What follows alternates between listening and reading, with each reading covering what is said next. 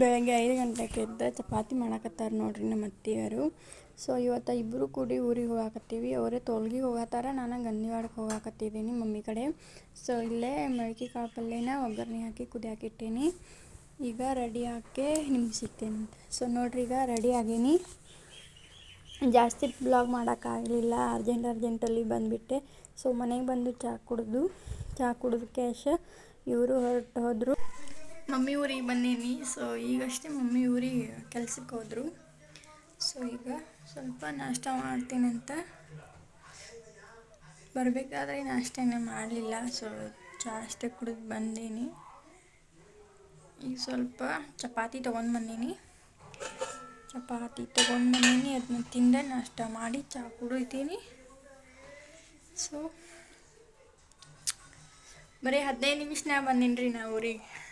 8:35ಕ್ಕೆ ನಾವು MK ಬಳಿಂತ್ರ ಬಿಟ್ರೆ 57 ಅಂದ್ರೆ ಇಲ್ಲೇ ಇದೇವ್ರಿ. ಅಷ್ಟು ಬೇಗ ಬಂದೀವಿ. ಹೆಚ್ಚು ಕಡಿಮೆ 20 ನಿಮಿಷ ಒಳಗೆ ಬಂದೇನು ನೋಡ್ರಿ ಊರಿಗೆ ಬೈಕ್ ಮೇಲೆ.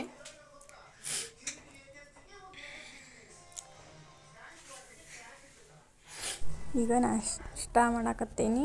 ಬರ್ರಿ ಎಲ್ಲರೂ ಕೂಡ ನಾಷ್ಟ ಮಾಡೋಣಂತ.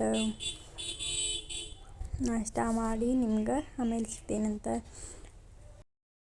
ನೋಡ್ರಿಲ್ಲೇ ನಮ್ಮ ಬೇಬಿ ಸೇವ್ ಸಮೋಸ ತಿಂತಾವಳೆ ನೋಡ್ರಿ. ಸೋಫಾ ಮೇಲೆಲ್ಲ ಚಲ್ಕೊಂಡು ತಿನ್ನತಾಳು. ನೀವು ಹಿಂಗೆ ತಿಂತೀರೇನ? ಕಾಮೆಂಟ್ ಮಾಡಿ ಹೇಳ್ರಿ ನಮ್ಗೆ.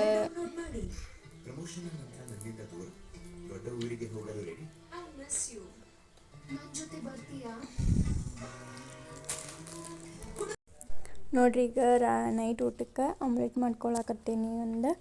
ಸೊ ಮೊದಲಿಗೆ ಒಂದು ಆಮ್ಲೆಟ್ನ ಒಡೆದು ಹಾಕ್ಕೊಂಡೇನಿ ಬೌಲ್ ಒಳಗೆ. ಆಮೇಲೆ ಸ್ವಲ್ಪ ಖಾರ ಹಾಕ್ಕೊಂಡೀನಿ, ಒಂದು ಸ್ವಲ್ಪ ಉಪ್ಪು, ಗರಂ ಮಸಾಲ ಮತ್ತು ಮೇಥಿ. ಆಮೇಲೆ ಒಂದು ಕಡಾಯಿಗೆ ಎಣ್ಣೆ ಹಾಕೀನಿ. ಎಣ್ಣೆ ಸ್ವಲ್ಪ ಕಾದಾಗ ಮಿಕ್ಸ್ ಮಾಡಿರೋ ಎಗ್ನ ಹಾಕ್ಕೊಂಡು ಒಂದು ಆಮ್ಲೆಟ್ನ ಮಾಡಿಕೊಂಡೆ. ನೋಡ್ರಿ ಆಮ್ಲೆಟ್ ಹೆಂಗಾಗತ್ತೈತಿ. ಜಾಸ್ತಿ ಎಗ್ ತಿಂತೀನಿ ನಾನು.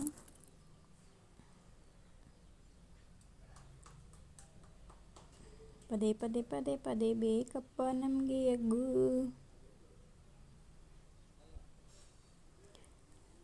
ನೋಡ್ರಿ, ಈಗ ರೆಡಿ ಆಯ್ತು. ಊಟ ಮಾಡೋಣಂತ ಬರ್ರಿ. ಎಲ್ಲರಿಗೂ ಗುಡ್ ನೈಟ್. ಬಾಯ್, ಟೇಕ್ ಕೇರ್.